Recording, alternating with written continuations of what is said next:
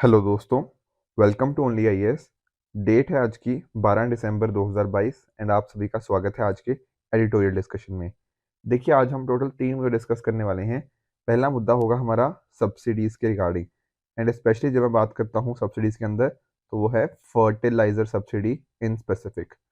इसके साथ ही साथ दूसरा मुद्दा जो हम देखेंगे वो होगा सेंट्रल एशिया से संबंधित, किस तरह से इंडिया के रिलेशन सेंट्रल एशिया के साथ इम्प्रूव हो रहे हैं ओवर द टाइम। हम किस तरह से जो हमारी पॉलिसी है कनेक्ट सेंट्रल एशिया पॉलिसी वो कैसे वर्क कर रही है, इसके रिगार्डिंग थोड़ी डिस्कशन करेंगे। एंड लास्टली हमारा थर्ड टॉपिक होगा विसल ब्लोइंग के से संबंधित, जो क्या है GS4 का एक इम्पॉर्टेंट कंपोनेंट। ठीक है, बट बिफोर दैट आज की कोट ऑफ द डे। देखिए, आज की कोट ऑफ द डे है hard work beats talent when talent doesn't work hard. I am very sure आप सभी ने ना ये कोट सुनी होगी। देखो, ये जो कोट है ना, ये टिम नॉटके जी के द्वारा लिखी गई है।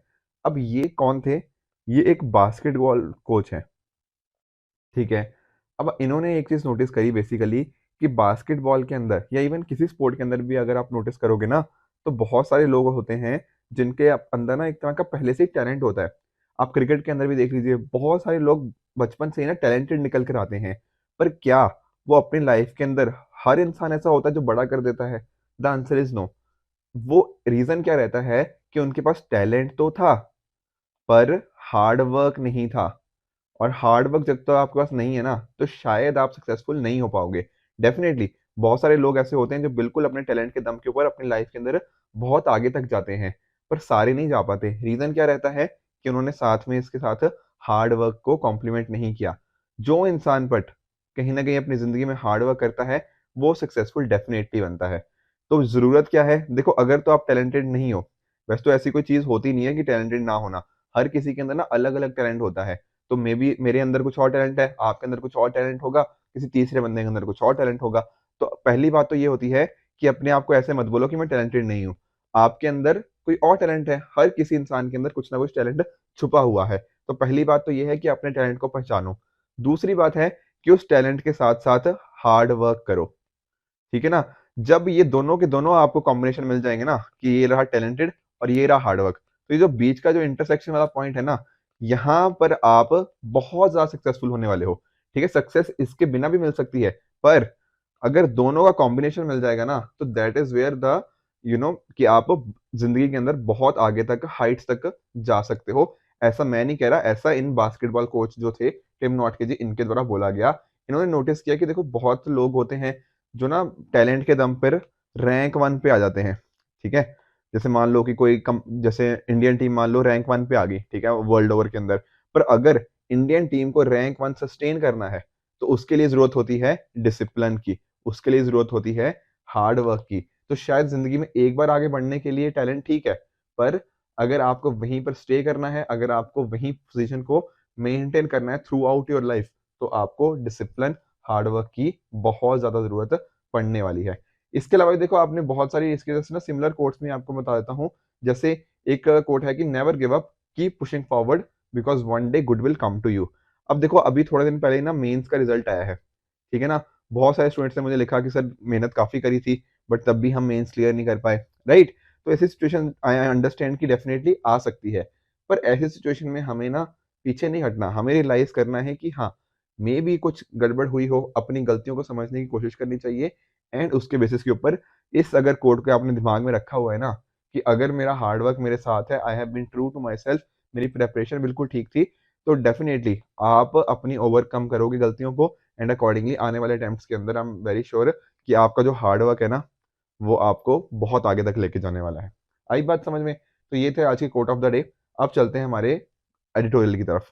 जो पहला हमारा मुद्दा है वो है रिगार्डिंग अनहेल्दी सब्सिडीज, और ये जीएस पेपर 3 के जो एग्रीकल्चर कंपोनेंट है उसके साथ इसको आप रिलेट कर सकते हो।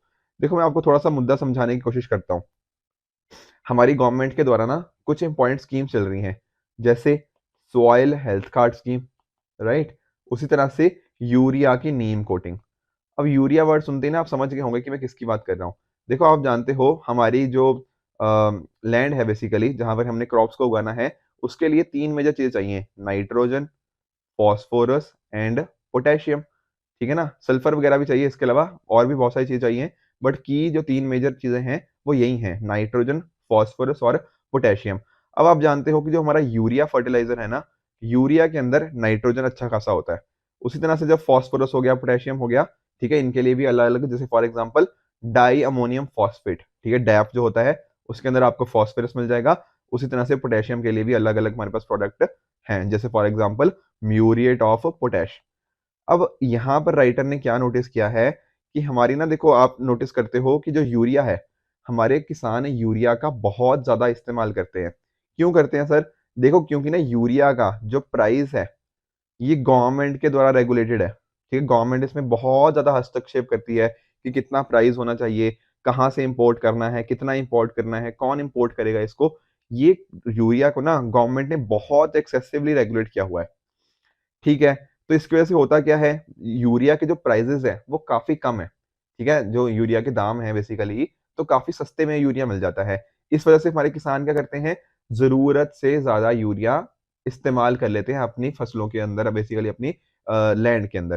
तो उससे दिक्कत क्या आती है? उससे दिक्कत यही आती है कि भैया हमने क्या कर दिया, नाइट्रोजन का बहुत ज्यादा डाल दिया अपने इसके लैंड के अंदर। तो उससे क्या हो गया, लैंड में नाइट्रोजन की मात्रा बढ़ गई। पर लैंड के अंदर होना क्या चाहिए, एक बैलेंस्ड न्यूट्रिशन होना चाहिए ना। बट नहीं, हमारी लैंड के अंदर क्या हो जाता है, नाइट्रोजन की क्वांटिटी बहुत ज्यादा हो जाती है। अब हमारी गवर्नमेंट ने क्या किया, इसीलिए ना कुछ स्कीम्स लेकर आई थी, जैसे for example soil health card हो गया।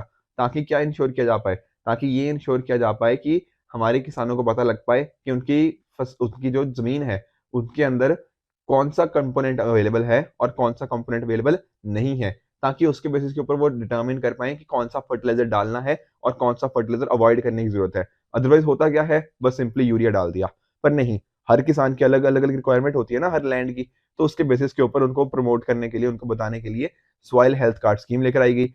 उसी तरह से देखो, यूरिया को ना नीम कोटिंग करी गई उसके रिगार्डिंग। देखो, यूरिया की बहुत सारी जो ब्लैक मार्केटिंग होती थी, साथ ही साथ इसको और जगह इंडस्ट्रियल पर्पसेस के लिए भी यूज कर लिया जाता था। तो उसको सभी चीजों को रोकने के लिए हमने नीम कोटिंग वगैरह की स्टार्ट करी है। पर राइटर यहाँ पे बात कर रहे हैं कि हमने ये स्टार्ट क्यों करी थी, ताकि हम कर क्या कर पाए, ताकि ये इंश्योर कर पाए कि यूरिया का जो एक्सेसिवली यूज हो रहा है उसको हम रोक पाए। पर अगर आप नोटिस करोगे तो हमें यहाँ पे देखने को मिलेगा कि जो यूरिया की कंजम्पशन है ना, जो यूरिया को यूज कर रहे हैं हमारे किसान, वो धीरे धीरे बढ़ता ही जा रहा है। और सिर्फ ये यूरिया ही नहीं है, यूरिया के साथ साथ जो डैप है, डाई अमोनियम फॉस्फेट, बेसिकली जो फॉस्फोरस वाला जो कंपोनेंट है, उनके सेल्स भी धीरे धीरे काफी तेजी से इंक्रीज हुए हुए हैं। अब हुआ क्या है, देखो टेक्निकली हुआ ये है कि जो बाकी और फर्टिलाइजर है, किसानों ने दूसरे फर्टिलाइजर यूज करने थोड़े कम कर दिए हैं, और नाइट्रोजन और बेसिकली यूरिया और डाइअमोनियम फॉस्फेट इन्हीं को यूज कर रहे हैं। अब इससे हुआ क्या, नाइट्रोजन की क्वांटिटी बढ़ गई सॉइल के अंदर, और साथ ही साथ फॉस्फोरस की बढ़ गई, ठीक है। बट हमारे पास एक बैलेंस्ड जो होना चाहिए था ना न्यूट्रिशन कंपोनेंट, वो नहीं रहा। और ये एक मेजर कंसर्न हमारे लिए बन जाता है। मैं आपको ना वो बताता हूँ, जैसे नंबर्स जो हैं बेसिकली, देखो एक सेकेंड, देखो हाँ, जो एक लैंड है ना बेसिकली, उसके अंदर जो आइडियल रेशो होनी चाहिए 4:2:1 होनी चाहिए। ये किसकी रेशो है, एनपीके की रेशो। कि अगर पोटेशियम 1 यूनिट है तो उसके कॉरस्पॉन्डिंग फॉस्फोरस होना चाहिए 2 यूनिट, और नाइट्रोजन होना चाहिए 4 यूनिट। पर हमने क्या किया, हमने यूरिया इतना ज्यादा डाल दिया। यूरिया मतलब बेसिकली मेजरली नाइट्रोजन, और साथ ही साथ फॉस्फोरस जिसमें अंदर डीएपी के अंदर, ठीक है ना, डाइअमोनियम फॉस्फेट को इतना ज्यादा यूज किया है। उससे हो क्या गया है, ये रेशो जो 4:2:1 होनी चाहिए थी, ये अब क्या हो गई है 13:5:1। इतना ज्यादा हमने एक्सेसिवली इन चीजों को यूज कर दिया है। इससे फिर क्या होगा, आप खुद बताओ मुझे। प्लांट की, हमारी जो सॉइल है उसकी फर्टिलिटी खराब हुई, बिल्कुल हुई। एंड उसके कॉरस्पॉन्डिंग नेगेटिव इंपैक्ट इसका हमारी जो सॉइल प्रोडक्टिविटी है, बेसिकली क्रॉप प्रोडक्टिविटी है, उसके ऊपर हमें यहाँ पर देखने को मिल जाएगा। अब आप सोच रहे होंगे कि ऐसा क्यों कर रहे हैं हमारे किसान। देखो, रीजन सिंपली यही है। अगर आप बाकी फर्टिलाइजर को देखोगे ना, तो वहां पर ना उनके प्राइसेस डी कंट्रोल्ड है, बेसिकली मार्केट के ऊपर थोड़ा रेगुलेटेड है, ठीक है। ऑल्दो हमारे जो हमारी गवर्नमेंट है, वो न्यूट्रिएंट बेस्ड सब्सिडी स्कीम के थ्रू काफी सारी सब्सिडी देती है अलग अलग जो हमारे प्रोड्यूसर्स होते हैं, जो मैन्युफैक्चरर्स होते हैं। पर अगर आप नोटिस करोगे तो यूरिया के अलावा बाकी जो सारे फर्टिलाइजर्स हैं, उनके प्राइजेस मार्केट के द्वारा डिटरमिन होते हैं। पर जब बात करते हैं डीएपी की, डाइअमोनियम फॉस्फेट की, तो यहाँ पर क्या हो रहा है, यहाँ पर ना गवर्नमेंट ने कंपनीज को बोला हुआ है कि आप इससे ज्यादा मत चार्ज करो। अब इससे क्या हुआ, यूरिया भी सस्ता है और डाइअमोनियम फॉस्फेट भी थोड़ा सस्ता ही है, ठीक है ना, उतना महंगा नहीं है basically as compared to other fertilizer. अगर आप यहाँ पे प्राइसेस भी देखना चाहते हो, तो फार्मर्स को इस वजह से ही इंसेंटिव मिलता है कि हम यही पर्टिकुलर जो फर्टिलाइजर सस्ते हैं उन्हीं को ही हम यूज करें। तो जो चॉइस ऑफ फर्टिलाइजर है ना, वो इस पे डिपेंड नहीं कर रहा कि हमारी लैंड को क्या चाहिए, वो डिपेंड कर रहा है इस चीज के ऊपर कि मार्केट में उस चीज का प्राइस कितना है, और जिसका प्राइस कम है हमारे फार्मर्स उसी को यूज कर लेते हैं। डैप को धीरे धीरे क्यों यूज कर रहे हैं सर बढ़ाना, इसके पीछे का रीजन क्या है कि यहाँ पर आपको फॉस्फोरस भी दिख जाएगा और साथ ही साथ कुछ हद तक हमें नाइट्रोजन भी देखने को मिल जाता है, और बाकियों की तरह से ये हमारे किसानों के लिए एक बेहतर ऑप्शन बन जाता है क्योंकि उनको सस्ते में मिल रहा है। अब देखो यहाँ पर ये जो एक तरह से यूरिया का कम प्राइस रखा गया है और डैप का कम प्राइस रखा गया है, इसके पीछे जो राइटर कह रहे हैं कि इलेक्टोरल पॉलिटिक्स की हमारे जो बेसिकली नेता हैं, बेसिकली पॉलिटिकल पार्टीज हैं, उनको बेनिफिट होता है जो गवर्नमेंट होती है कि अगर इनके दाम कम रखें। तो थोड़े से टफ स्टेप्स लेने की जरूरत है, ठीक है ना। अगर इन चीजों की एक्सेसिवली यूज हो रहा है तो लॉन्ग टर्म के अंदर हमारे एग्रीकल्चर को ये नुकसान देगा। अभी के लिए आप कर सकते हो कि हमारे वोट मिल जाएंगे वोट बैंक पॉलिटिक्स के लिए, बट लॉन्ग टर्म के अंदर हमें इसको वर्क करना पड़ेगा। यहाँ पर राइटर ने एक सजेशन क्या दिया हुआ है, वो है पर हेक्टेयर कैश ट्रांसफर, कि जितनी आपकी लैंड है ना तो हेक्टेयर हर हेक्टेयर के हिसाब से कुछ पर्टिकुलर कैश आपको आपके वॉलेट में दे दिया जाए, बेसिकली आपको डायरेक्टली उसके लिए बेनिफिट प्रोवाइड कर दिया जाए। इसको अगर चाहो तो साल में 2 बार भी कर सकते हो, जैसे मान लो एक बार राबी क्रॉप के लिए दे दिया, एक बार खरीफ क्रॉप के लिए दे दिया। तो इस तरह से होगा क्या, उनके अकाउंट में, किसानों के अकाउंट में कुछ पैसा आ जाएगा और उस पैसे से वो यूज कर सकते हैं उनको फर्टिलाइजर खरीदने के अंदर। अब देखो यहाँ पर राइटर ने एक बात बोली है कि ई वॉलेट से ना सिर्फ और सिर्फ ये लोग क्या खरीद पाए, सिर्फ और सिर्फ फर्टिलाइजर्स। मतलब कहने का मतलब ऐसा नहीं है कि आपके खाते में मान लो 10,000 रुपए आ गए, अब आप 10,000 को कहीं मर्जी यूज करो, नहीं। ये 10,000 रुपए अगर आए हैं तो 10,000 ये फर्टिलाइजर खरीदने के लिए यूज होने चाहिए। इस तरह का अगर हमारी गवर्नमेंट मैकेनिज्म बनाती है तो हम क्या इंश्योर कर सकते हैं कि सब्सिडीज का एफिशिएंट यूजेज भी हो, ठीक है, उसको किसी और गलत जगह पे यूज ना हो, ठीक है। कोई जैसे लोग बोलते हैं ना कि शराब पीने के लिए यूज कर दिया, तो नहीं, हमने पर्पस को स्पेसिफाई कर दिया यहाँ पे कि सिर्फ और सिर्फ ये फर्टिलाइजर की दुकान पे ही चलेगा 10,000 का। तो इस तरह से डायरेक्टली क्या कर सकते हैं, उनके वॉलेट में पैसे जाएंगे और उसी पर्पस के लिए यूज होंगे। अकॉर्डिंगली इससे हम इंश्योर कर सकते हैं कि ना ही फर्टिलाइजर का एक्सेसिव यूज हो रहा है, साथ ही साथ जो हमारे फार्मर्स हैं उनको भी बेनिफिट मिल रहा है, एंड लॉन्ग टर्म के अंदर हमारी एग्रीकल्चर प्रोडक्टिविटी को भी नेगेटिव इम्पैक्ट नहीं हो रहा। आई बात समझ में? तो ये था हमारा आज का पहला मुद्दा। चलते हैं हमारे दूसरे टॉपिक की तरफ, जो क्या है, इंडिया सेंट्रल एशिया आउटरीच और इसको आप जीएस पेपर 2 के इस पर्टिकुलर कंपोनेंट के साथ रिलेट कर सकते हो। देखो अभी रिसेंटली क्या हुआ है, जो हमारे नेशनल सिक्योरिटी एडवाइजर हैं अजीत डोभाल जी, इन्होंने अपनी एक मीटिंग करी जो हमारे सेंट्रल एशियन कंट्रीज के जो नेशनल सिक्योरिटी एडवाइजर्स हैं। तो उसमें सभी के सभी कंट्रीज के आए, ठीक है ना।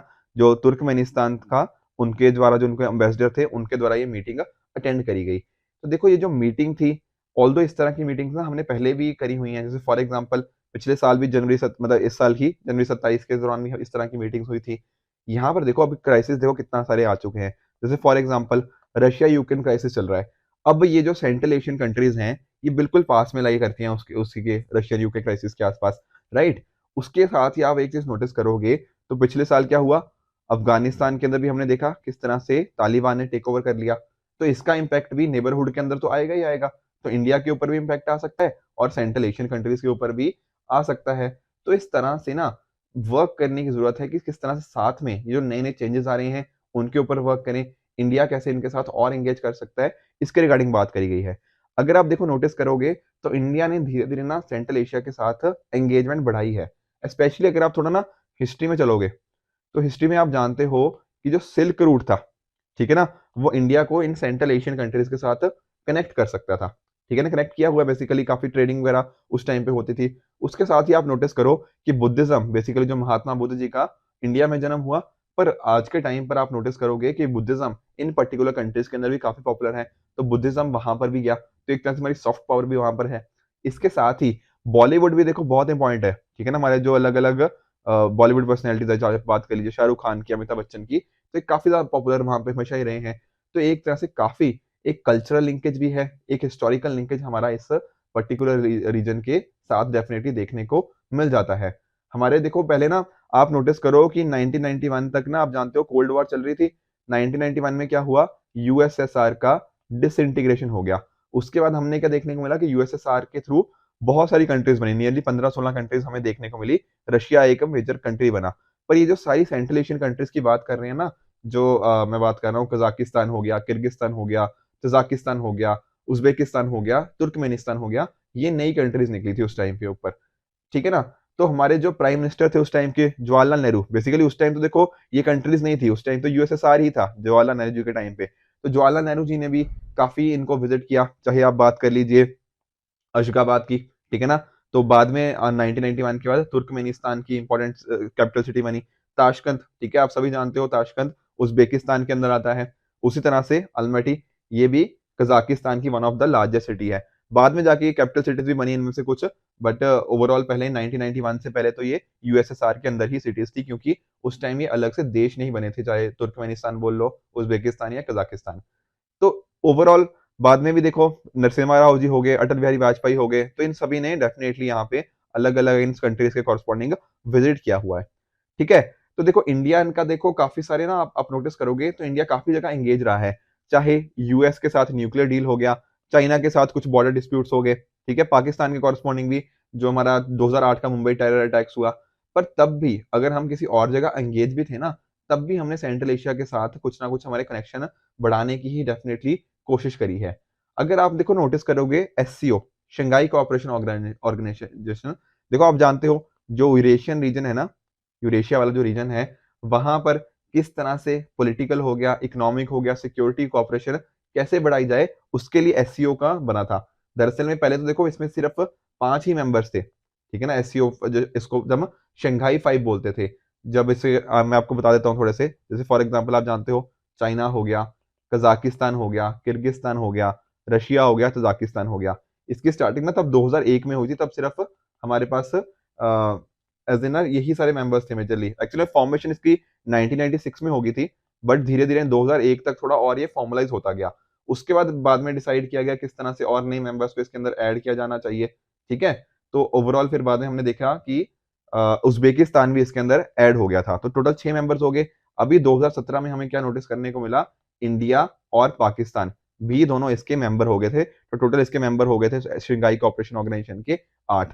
उसके बाद ईरान भी इसके अंदर ऐड हो गया, तो टोटल मेंबर्स हमें देखने को मिले कि टोटल 9 मेंबर इसके करंटली हो चुके हैं, ठीक है। तो ये सारा इस तरह से हमने क्या किया है, इस एससीओ के थ्रू ना, ये जो हमारे चाहे जितने भी पांचों के पांचों सेंट्रल एशियन कंट्रीज की बात कर रहा हूँ, उनके साथ धीरे धीरे हमारा कॉपरेशन ओवरऑल इंप्रूव ही होता जा रहा है।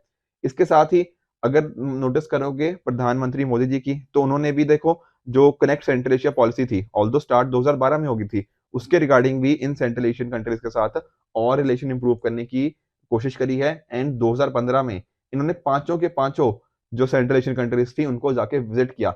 ये पहली बार था कि कोई इंडियन प्राइम मिनिस्टर सभी 5 जो कंट्रीज हैं उनको डायरेक्टली जाके विटनेस कर रहा है, उनको जाके जाके विजिट कर रहा है। अब देखो जो सेंट्रल एशिया की जब हम बात करते हैं, तो आपने नोटिस किया होगा कि जो रशिया का यहाँ पे काफी ज्यादा इन्फ्लुएंस है, ठीक है ना। बिल्कुल रशिया से ही, बिल्कुल यूएसएसआर से ही तो बना है, तो वहां पर उनका इन्फ्लुएंस डेफिनेटली रहे ही है। एंड साथ ही साथ वहाँ की जो पॉपुलेशन है वो भी काफी ज्यादा रशियन स्पीकिंग है। इसके अलावा आप नोटिस करो सेंट्रल एशिया के अंदर मिनरल्स हो गया, नेचुरल रिजर्व हो गया, ये सारी चीजें बहुत ज्यादा मिलती हैं। चाहे जैसे फॉर एग्जाम्पल कजाकिस्तान के अंदर देख सकते हो आप यूरेनियम कितना ज्यादा मिलता है, किर्गिस्तान के अंदर देख सकते हो गोल्ड हो गया, ठीक है ना। उसी तरह से तुर्कमेनिस्तान के अंदर नेचुरल गैस हो गया, आपने सुना भी होगा तापी गैस पाइपलाइन के बारे में, ठीक है ना। तुर्कमेनिस्तान, अफगानिस्तान, पाकिस्तान, इंडिया, ये 4 ही तो कंट्रीज है तापी गैस पाइपलाइन के अंदर। तो इसी वजह से तो है क्योंकि तुर्कमेनिस्तान के अंदर दुनिया की सबसे लार्जेस्ट नेचुरल गैस रिजर्व्स हैं, राइट। तो ये सारी चीजें हमें यहाँ पर देखने को मिल जाती हैं। इसके अलावा अगर आप देखना चाहो, ठीक है ना, तो चाइना भी ना काफी ज्यादा एंगेज करने की कोशिश कर रहा है इन सेंट्रल एशियन कंट्रीज के कॉरस्पॉन्डिंग। अगर आप चाहे अलग अलग जो चाइनीज की आर्मी है उनके कॉरस्पॉन्डिंग जो बयान देखोगे ना, तो वहां पर आपको साफ दिखने को मिल जाएगा कि चाइना कोशिश कर रहा है कि कैसे सेंट्रल एशियन कंट्रीज के साथ थोड़ा अपना रिलेशन को और इंप्रूव किया जाए ताकि उनके साथ ये वर्क कर पाए। अब इंडिया का भी देखो काफी इंपॉर्टेंट हो जाता है डिफरेंट रीजन की वजह से, जैसे फॉर एग्जाम्पल तालिबान के टेक ओवर के बाद डेफिनेटली सिक्योरिटी कॉपरेशन अगर पूरे नेबरहुड में चाहिए तो सेंट्रल एशियन कंट्रीज का इंपॉर्टेंट रोल है। चाइना के रोल को काउंटर करना है, वहां पर इंपॉर्टेंट रोल हो गया। इसके साथ ही INSTC, अब ये क्या है sir, international north south transport corridor. अब इसमें क्या हो रहा है, इसमें हो गया शिप हो गया, रेल हो गया, ठीक है, रोड रूट हो गया, उसके थ्रू ना हम अलग अलग कंट्रीज के साथ कनेक्शन इंप्रूव कर रहे हैं। जैसे फॉर एग्जाम्पल ये स्टार्ट हो रहा है इंडिया से, फिर आप जानते हो ईरान के साथ हमने कोऑर्डिनेट कर लिया, तो ईरान से आगे चलते चलते ना हमारा अजरबैजान हो गया, Russia, central Asia, Europe, in different countries को हमें चाहते हैं आपस में कनेक्ट करें। तो नियरली ना ये 7,000 किलोमीटर से भी ज्यादा का है, जिसमें मल्टी मॉडल कनेक्टिविटी है। शिप हो गया, रेलवेज हो गया, रोड हो गया, ये सारी चीजें हम कहीं ना कहीं कनेक्ट करने की कोशिश कर रहे हैं। तो उसमें भी सेंट्रल एशियन कंट्रीज का एक बहुत इंपॉर्टेंट रोल रहने वाला है। बाकी मैं आपको बता ही रहा था तापी गैस पाइपलाइन के बारे में, ठीक है। उसी तरह से हमारे यहाँ पे इनके साथ काफी ट्रेड पोटेंशियल भी काफी ज्यादा है, और कल्चरल लिंकेज जो हमारे इनके साथ है उनको हम डेफिनेटली इंप्रूव कर सकते हैं। इसी पर्पज को देखते हुए हमारी जो न्यू दिल्ली की गवर्नमेंट है, ठीक है, उसने भी इंश्योर किया हुआ है कि डेफिनेटली इनके साथ अलग अलग मीटिंग्स हो, ठीक है। क्योंकि देखो लास्ट ईयर ना प्रीलिम्स के अंदर क्वेश्चन भी पूछ लिया गया था कि अफगानिस्तान के कौन कौन बॉर्डर नेशंस हैं। तो आप देख सकते हो कि इन पर्टिकुलर जो सेंट्रल एशियन कंट्रीज हैं, इनमें से 3, जैसे फॉर एग्जांपल आप देख सकते हो तुर्कमेनिस्तान, उज्बेकिस्तान और तजाकिस्तान, यहाँ पे आपको अफगानिस्तान के बॉर्डर यहाँ पे शेयर होते हुए देखने को मिल जाएंगे। अब इसके साथ ही अगर आप नोटिस कीजिए, ठीक है, आप यहाँ पे देख भी सकते हो किस तरह से रीजनल अप्रोच यहाँ पे फॉलो करी गई थी, ठीक है। और टेररिज्म के साथ फाइट करना, आपस में कैसे आपस में कोऑर्डिनेशन बनाना, ह्यूमैनिटेरियन असिस्टेंस कैसे होनी चाहिए, ये सारी बातें भी यहाँ पे पिछले साल हमारी जो मीटिंग हुई थी तो वहां पर होती नहीं है। कभी देखो फॉरेन मिनिस्टर्स की भी मीटिंग हुई है, हमारे प्रधानमंत्री जी की भी अलग अलग चीजों के साथ मीटिंग हुई है। तो अकॉर्डिंगली हम इन चीजों को कंसिस्टेंटली देखते जा रहे हैं कि कैसे हमारे नेबरहुड में जो इम्पैक्ट आ रहा है उसको हम आपस में मिलकर कैसे सॉल्व कर सकते हैं। अब देखो कुछ इश्यूज भी कंसर्न रहते हैं, जैसे फॉर एग्जांपल समझने की कोशिश करना, चाइना ना इनके साथ बहुत अच्छे से कोऑर्डिनेट कर रहा है। उसकी वजह से अगर आप नोटिस करो तो इनका ट्रेड सेंट्रल एशियन कंट्रीज के साथ चाइना का $50 बिलियन से भी ज्यादा है। अब इंडिया का देख लो सर, इंडिया का $2 बिलियन है, तो हम तो कुछ भी नहीं है, ठीक है। ये $50 बिलियन का ट्रेड कर रहे हैं, इंडिया सिर्फ $2 बिलियन का, तो बहुत ही कम कर रहे हैं। उसके साथ ही आप जानते हो चाइना का जो एम्बिशियस प्रोजेक्ट है बेल्ट एंड रोड इनिशिएटिव, इसके through China in particular countries के साथ बहुत ज्यादा कनेक्टिविटी इंप्रूव कर रहा है। तो ये भी एक इशू हो गया इंडिया के कॉरस्पॉन्डिंग, ठीक है। उसके साथ ही देखो अगर हमें सेंट्रल एशियन कंट्री के साथ थोड़ा रिलेशन बढ़ाने हैं ना, तो थोड़ा उसमें पाकिस्तान के थ्रू होकर जाना पड़ेगा, ठीक है। अदरवाइज दूसरा तरीका तो इस तरह से है ईरान वगैरह के थ्रू, राइट। तो पाकिस्तान एक तरह से चीजें ब्लॉक कर देता है, तो इंडिया भी इनके साथ प्रॉपर ट्रांसपोर्टेशन प्रॉपर ट्रेड नहीं कर सकता। तो वर्क यही हमें करना पड़ेगा, जो हमारा नॉर्थ साउथ ट्रांसपोर्ट कॉरिडोर था उसको कैसे हम एक्सेस कर पाए इनके साथ। तो ये सारी डिस्कशन भी हमारी इनके साथ चल रही हैं। बाकी जो नए नए मुद्दे आ रहे हैं, एक्सट्रीमिज्म हो गया, टेररिज्म हो गया, रेडिकलाइजेशन हो गया, रशिया यूक्रेन क्राइसिस हो गया, अफगानिस्तान का इशू हो गया, ये सारे भी इंडिया एंड साथ ही साथ in central Asian countries central Asian countries को इम्पैक्ट डेफिनेटली कर रहे हैं। तो हमारे जो नेशनल सिक्योरिटी एडवाइजर हैं उनका भी यही कहना है कि किस तरह से हम यहाँ पर जो अलग अलग ग्रुप्स हैं, टेररिस्ट ग्रुप्स हैं, उनके पास कैसे फाइनेंसिंग को हटा पाए, ताकि हम इंश्योर कर पाए कि टेररिज्म को रोका जा पाए। इसके ऊपर वर्क करने की जरूरत है, ठीक है। हमारे जो प्रधानमंत्री जी थे वाजपेयी जी, उन्होंने भी इंश्योर किया था कि कैसे हमारा जो सिल्क रूट इनिशिएटिव होना चाहिए, ताकि हम एक तरह की सिल्क रूट बना पाए, ठीक है। एंड साथ ही साथ इनके साथ अच्छे से कोऑर्डिनेशन करते हुए आपस में कॉपरेशन को इंक्रीज कर पाए, एक फ्रेंडशिप का संदेश दे पाए, उसकी बात करी गई थी। आज भी हमारी जो गवर्नमेंट है उसी डायरेक्शन में मूव कर रही है। आने वाले टाइम के अंदर हमारा जो सेंट्रल एशियन कंट्रीज हैं उनके साथ हमारा कोऑर्डिनेशन डेफिनेटली इंप्रूव होते हुए देखने को मिलेगा। तो ये था हमारा दूसरा एडिटोरियल। दोस्तों, जो हमारा तीसरा मुद्दा है वो रिलेट करता है whistle blower protection in India से संबंधित, और इसको आप जीएस पेपर 2 एंड साथ ही साथ जीएस पेपर 4 एथिक्स के अंदर भी आप इसको इंक्लूड कर सकते हो। देखो यहाँ पर ना, आप देखो विसल ब्लोअर के अंदर हमें दो वर्ड्स देखने को मिल जाएंगे, एक है विसल और दूसरा है ब्लो। अब यहाँ पर सिंपल मीनिंग है कि अगर मान लीजिए कोई कंपनी है, कंपनी कुछ गड़बड़ कर रही है, तो किसी ने क्या कर दी, विसल ब्लो कर दी। मतलब वो जो फ्रॉड वगैरह जो कंपनी कर रही है या फिर कुछ इलीगल एक्टिविटी कर रही है, किसी ने उसकी खबर बाहर जाके दे दी, एक तरह से वैसा समझो, ठीक है ना। कुछ इंफॉर्मेशन को रिवील करना, तो उसको बोल देते हैं विसल ब्लोइंग। आई बात समझ में। अब यहाँ पर ये जो इंफॉर्मेशन हो सकती है वो या तो पब्लिक कंपनीज में भी हो सकती है, ठीक है ना, पब्लिक ऑर्गेनाइजेशन में भी, प्राइवेट कंपनीज में भी हो सकती है, ठीक है। तो इस तरह की चीजों को हम क्या बोलते हैं, विसल ब्लोइंग। अब यहाँ पर ना विसल ब्लोअर हो सकते हैं दो तरह के। पहला हो गया क्या, इंटरनल विसल ब्लोअर, दूसरा हो जाता है क्या, एक्सटर्नल विसल ब्लोअर। समझने की कोशिश करना। जैसे मान लो वो एक के पर्सन है, इसने देखा कि कंपनी के अंदर ना कुछ गड़बड़ हो रही है, तो इसने पता जाके क्या बोला, इसने अपने जो हायर अथॉरिटीज हैं, कंपनी के जो भी हायर अथॉरिटीज हो सकती है, हायर मैनेजमेंट हो सकती है, उनको जाके बोला कि कंपनी में ना कुछ गड़बड़ हो रही है, आप इसका ध्यान दो। अब यहां पर क्या हुआ, इंटरनली काम हो रहा है ना, इसने कंप्लेंट किसको करी, इंटरनली। तो ऑर्गेनाइजेशन अपने आप के अंदर ही इंटरनली चीजें देख लेगी कि हाँ ये जो गड़बड़ हो रही है इसको कैसे ठीक करे। कोई थर्ड पार्टी का यहाँ पे, आउटसाइड पार्टी का यहाँ पे इंटरफेरेंस नहीं होता, और गवर्नमेंट भी इसके अंदर इन्वॉल्व नहीं होती इस काम को ठीक करने के लिए। उसको बोल देते हैं इंटरनल विसल ब्लोअर। उसी तरह से एक होता है एक्सटर्नल विसल ब्लोअर। इसका मीनिंग भी सिंपल ही है। यहाँ पर क्या होता है, यहाँ पर बाहर दुनिया को बताया जाता है। यहाँ पर फॉर एग्जाम्पल हो सकता है मीडिया रिपोर्टर को बताया जाए, ठीक है ना, गवर्नमेंट ऑफिसर्स को बताया जाए, इस तरह बाहर ऑर्गेनाइजेशन के बाहर बताया जाता है। आप लोगों ने ना कई बार मूवीज में देखा होगा कि कोई बंदा किसी बाहर किसी जर्नलिस्ट को कांटेक्ट करता है और उसको कोई खबर देता है कि हाँ इस कंपनी में ये गड़बड़ कर रही है, तो फिर वो जो जर्नलिस्ट है वो जाके अखबार में न्यूज़पेपर में कुछ आर्टिकल उसके रिगार्डिंग प्रिंट कर देते हैं एंड अकॉर्डिंगली पता लगता है कि कंपनी में तो भैया गड़बड़ हो रही है। ये किसके एग्जाम्पल होते हैं, यहाँ बात होती है एक्सटर्नल विसल ब्लोअर की। और यहाँ पर कंसर्न क्या होता है कि ताकि लोगों की सेफ्टी के ऊपर वर्क किया जा पाए। अगर कंपनी कुछ गड़बड़ कर रही है तो लोगों की जिंदगी के साथ गलत ना हो, इसके लिए ये एक्सटर्नल विसल ब्लोअर हमें देखने को मिल जाते हैं। अब इंडिया में भी देखो विसल ब्लोअर प्रोटेक्शन फ्रेमवर्क है, थोड़ा ना धीरे धीरे डेवलप हुआ है, बट कुछ हमने चीजें डेवलप करने की कोशिश करी है। जैसे फॉर एग्जाम्पल एक है PIDPI, meaning public interest disclosure and protection of informers. देखो आप खुद समझने की कोशिश करना, जैसे मान लो कोई इन्फॉर्मर है, इन्फॉर्मर यही बंदा जो विसल ब्लो कर रहा है बेसिकली। अगर मान लो इसने कंपनी की इन्फॉर्मेशन कहीं बाहर जाके दे दी, कल को पता लग गया कि भैया इस बंदे ने ना कंपनी की इन्फॉर्मेशन बाहर दी, तो क्या मीनिंग हुआ, कंपनी तो इस बंदे को मरवा भी सकती है, राइट। कंपनी बोलेगी कि इसने तो हमारी कंपनी का नाम ही डुबा दिया, राइट। तो इस वजह से हमने ना प्रॉपर इसके लिए मेजर्स लिए हुए हैं कि अगर कोई पर्सन आता है बाहर इसके रिगार्डिंग और बताने की कोशिश करता है कि जो कंपनी में गलत हो रहा है, तो उसके प्रोटेक्शन के लिए हमारे पास कुछ रेजोल्यूशन होने चाहिए, किस तरह से उसको हम इंश्योर कर पाए, तो वो इसी से रिगार्डिंग है। उसी तरह से CBC के बारे में आप जानते हो, सेंट्रल बिजनेस कमीशन, तो ये भी इस चीज को कंप्लेंट्स को कैसे देखना है वो सारी चीजें देखती हैं। इसके अलावा आप जानते हो कि यूनाइटेड नेशन की एक कन्वेंशन है, कन्वेंशन अगेंस्ट करप्शन, इसका इंडिया भी सिग्नेटरी है, ताकि इसके रिगार्डिंग कैसे वर्क करना है, तो वो सारी चीजें हमने इंडियन मैकेनिज्म में भी इंश्योर करी हुई हैं।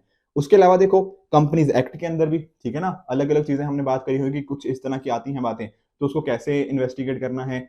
साथ ही साथ एक इंस्पेक्टर को कैसे ऑथराइज किया गया है ताकि वो अगर कोई डाउट आता है इसके रिगार्डिंग तो उसको कैसे वर्क कर पाए। उसके अलावा जो हमारा सेबी है, security and exchange board of India, आप सभी जानते हो कि कोई कंपनी मान लो शेयर मार्केट के अंदर लिस्ट होती है, तो वहां पर ना सेबी ने प्रॉपरली गाइडलाइंस बता रखी हैं कि आपके हर जो कंपनी लिस्ट हो रही है उसके रिगार्डिंग एक विसल ब्लोअर पॉलिसी होनी चाहिए, किस तरह से वो प्रोटेक्शन कर रहे हैं विसल ब्लोअर्स की, ये चीजें इंश्योर करनी पड़ेंगी। सेबी ने इसके साथ साथ ना एक तरह का रिवॉर्ड मैकेनिज्म भी लेके आए हैं। जैसे मान लो आप समझने की कोशिश करना, ये कंपनी थी, इस पर्सन ने जाके बताया कि नहीं यार ये कंपनी ना गड़बड़ कर रही है। अब आप खुद सोचो, इस कंपनी में हो सकता है मैंने हो गया, आपने हो गया, हम सभी ने इसके शेयर्स खरीदे हो, हमने कुछ ना कुछ पैसा इन्वेस्ट किया हो, तो टेक्निकली गड़बड़ कंपनी कर रही है पर हमें तो पता नहीं लग रहा, तो होगा क्या, इन दी एंड हमारा पैसा डूब जाएगा। तो अगर ये पर्सन बाहर आए और बताए कि नहीं यार ये कंपनी ना इलीगल कामों में इन्वॉल्व है, ये कंपनी कुछ फ्रॉड कर रही है, यहाँ पर ना कुछ इनके जो फाइनेंशियल इंफॉर्मेशन है इसको मैनिपुलेट किया जा रहा है, रेवेन्यू को बढ़ा चढ़ा के बता रहे हैं, कुछ गलत काम हो रहे हैं, प्राइवेसी के साथ खेला जा रहा है लोगों की, कुछ इस तरह की अगर चीजें होती हैं, और अगर ये पर्सन बाहर आता है, एज इन किसी को बताता है, सेबी को इन्फॉर्म करता है, किसी को भी कुछ इनसाइडर ट्रेडिंग हो रही है इस तरह की चीजें बताता है, तो डेफिनेटली अगर ये चीज सही प्रूव होती है तो इसको कुछ रिवॉर्ड वगैरह भी दिया जा पाएगा। क्योंकि इन दी एंड सेबी का काम क्या है, मेरे और आपके जैसे जो शेयर होल्डर्स हैं, स्पेशली माइनॉरिटी शेयर होल्डर्स, उनका ध्यान रखना। तो ये सारी बातें यहाँ पर इंश्योर करी गई हैं सेबी के द्वारा, ठीक है। विसल ब्लोअर प्रोटेक्शन एक्ट भी है, ठीक है। अब यहाँ पर ध्यान रखना कि विसल ब्लोअर प्रोटेक्शन एक्ट के अंदर क्या इंश्योर किया गया है कि जो बंदा कंप्लेंट कर रहा है ना, बेसिकली जो बंदा विसल ब्लो कर रहा है, उसकी आइडेंटिटी किसी को पता नहीं होनी चाहिए। समझने की कोशिश करना, पहले तो दो चीजें हैं, मान लो ना ये बंदा था, इसने कंप्लेंट करी कि इस कंपनी के अंदर कुछ गड़बड़ हो रहा है, तो इसको अपनी आइडेंटिटी बतानी पड़ेगी, बट ऐसा नहीं है कि पूरी दुनिया को बतानी पड़ेगी। सिर्फ और सिर्फ मान लो जिस पर्सन को कंप्लेंट करी, सिर्फ उसको बताना पड़ेगा कि हाँ ये मैं हूं और मुझे लग रहा है इस कंपनी में गड़बड़ हो रही है, मैंने ये चीजें देखी हैं। अब ये जो बंदा है ना जिसको कंप्लेंट करी गई, ये किसी और को नहीं बताएगा। अगर ज्यादा से ज्यादा जरूरत है सिर्फ अपने हेड को बता सकते हैं, सिर्फ अपने बॉस को। तो यहाँ पर क्या इंश्योर करने की बात है, पहली बात तो यह है कि अनोनिमस कंप्लेंट नहीं होनी चाहिए। क्यों? क्योंकि ऐसा भी नहीं कि हर बंदा जाके कंप्लेंट करता रहे, अगर कोई प्रूफ, अगर कहीं कुछ ना कुछ डाउट है तभी कंप्लेंट करे। और दूसरी बात, जिसकी बंदे ने विसल ब्लो करी है उसकी आइडेंटिटी भी प्रोटेक्ट करें। कल को ऐसा ना हो कि इसकी आइडेंटिटी पता लगी और कंपनी ने इसको उड़ा दिया, नहीं। ये सारी चीजें बचाने के लिए हमने इस एक्ट को अकॉर्डिंगली इस तरह से वर्क किया हुआ है। उसी तरह से इंश्योर किया गया है कॉर्पोरेट गवर्नेंस अच्छा हो, कंपनी को ऐसा ना हो कि खत्म होने के बाद कंपनी पता लगे कि हाँ इसमें ये गड़बड़ चल रही थी। जैसे infrastructure leasing and financial services, ILFS का आप जानते हो, तो पहले से ही हमें पता लग जाए, ये चीज यहाँ पे बात करी गई है। अब देखो अगर आप ना थोड़ा जाओगे यूएस के अंदर देखोगे, तो यूएस में ना आपने, आई am very sure, Edward Snowden का नाम सुना होगा। अब एडवर्ड स्नोडन कौन थे? दरअसल में ना ये वहां के जो CIA है, ठीक है ना, सेंट्रल इन्वेस्टिगेशन एजेंसी, उसका पार्ट रहे हुए हैं। इन्होंने क्या देखा इन्होंने नोटिस किया कि जो यूएसए की गवर्नमेंट है ना, वो लोगों के ऊपर एक तरह का मास सर्विलेंस कर रही है। ठीक है, उनकी प्राइवेसी को खतरा है बेसिकली। इनका लोगों का जो भी डेटा है वो कहीं ना कहीं यूएस, सबको पता है यूएस गवर्नमेंट को कि बंदा क्या कर रहा है क्या नहीं कर रहा, और इसके पीछे कोई लॉ भी नहीं है, तो काफी ये इलीगल चीज थी। तो यहाँ पर इन्होंने क्या किया, एडवर्ड स्नोडन ने ये सारी चीजें, इन्होंने काफी सारे डॉक्यूमेंट्स इसके रिगार्डिंग लीक कर दिए, जो क्लासिफाइड इन्फॉर्मेशन नहीं होती, जो लीक नहीं होती, मतलब बेसिकली इन्होंने लीक कर दिया। उन्होंने बताया कि किस तरह से वहां की यूएस की गवर्नमेंट ये सारी चीजें देख रही है। आई बात समझ में? तो यहाँ पर ये काफी, इन्होंने ऐसा कैसे कर पाए, वो इसीलिए कर पाए क्योंकि इनको पता था कि यूएस के अंदर ना विसल ब्लोइंग जो होते हैं, विसल ब्लोअर के लिए प्रॉपर पॉलिसीज हैं। तो अगर किसी को सामने आना होगा तो वो आ सकता है, क्योंकि उसके लिए कॉरस्पॉन्डिंग प्रोटेक्शन वहां पे प्रोवाइडेड है।